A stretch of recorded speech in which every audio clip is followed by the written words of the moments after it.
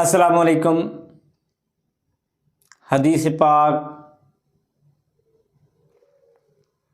ریاض الصالحین کی حدیث صفحہ نمبر 340 اور حدیث نمبر 588 599۔ جو لوگ موت کی تمنا کرتے ہیں، موت مانگتے ہیں، وہ حضور صلی اللہ علیہ وآلہ وسلم کا فرمان سنیں۔ الصلاۃ والسلام علیک یا سیدی یا نبی یا رسول اللہ، الصلاۃ والسلام علیک یا سیدی یا نبی یا حبیب اللہ۔ حضرت ابو ہریرہ رضی اللہ تعالی عنہ سے مروی ہے کہ حضور صلی اللہ علیہ وآلہ وسلم نے فرمایا، تم میں سے کوئی شخص موت کی تمنا نہ کرے، کیونکہ اگر تو وہ نیک ہے تو ممکن ہے کہ وہ مزید نیکیاں کر لے، اور اگر وہ گنہگار ہے تو ممکن ہے کہ وہ توبہ کر لے، مگر موت کی تمنا نہ کرے۔ دوسری روایت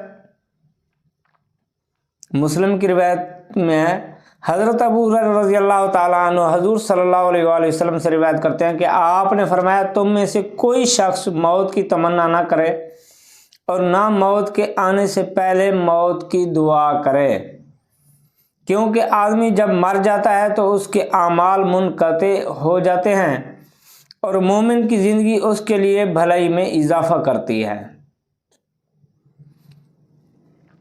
تیسری حدیث حضرت انس رضی اللہ تعالیٰ عنہ سے مروی ہے، فرماتے ہیں کہ حضور صلی اللہ علیہ وآلہ وسلم نے فرمایا، تم میں سے کوئی شخص کسی مصیبت کی وجہ سے موت کی تمنا نہ کرے، اگر اسے ضرور کچھ کہنا ہی ہے تو یہ کہے، اے اللہ، جب تک زندگی میرے لیے بہتر ہے مجھے زندہ رکھ، اور جب موت میرے لیے بہتر ہے میرے لیے موت مجھے دے دے۔ یہ دعا کر سکتا ہے، اس سے زیادہ نہیں کہ موت مانگے، موت کی آرزو کرے، یہ نہیں کر سکتا۔ اللہ تعالی ہمیں اللہ اور اس کے رسول کا فرمان سننے کی اور سمجھنے کی توفیق عطا فرمائے۔ اللہ تعالی ہم پر اپنا خاص کرم فضل و رحم فرمائے۔ اللہ تعالی ہمیں 5 وقت نماز پڑھنے کی توفیق عطا فرمائے، اور قرآن اور حدیث سننے کے لیے ہمارا چینل سبسکرائب اور بیل کا بٹن لازمی دبایا کریں، اور دوسرے مسلمانوں کے لیے شیئر بھی کر دیا کریں، کسی کا فائدہ ہو جائے تو ہماری آخرت بن جائے گی۔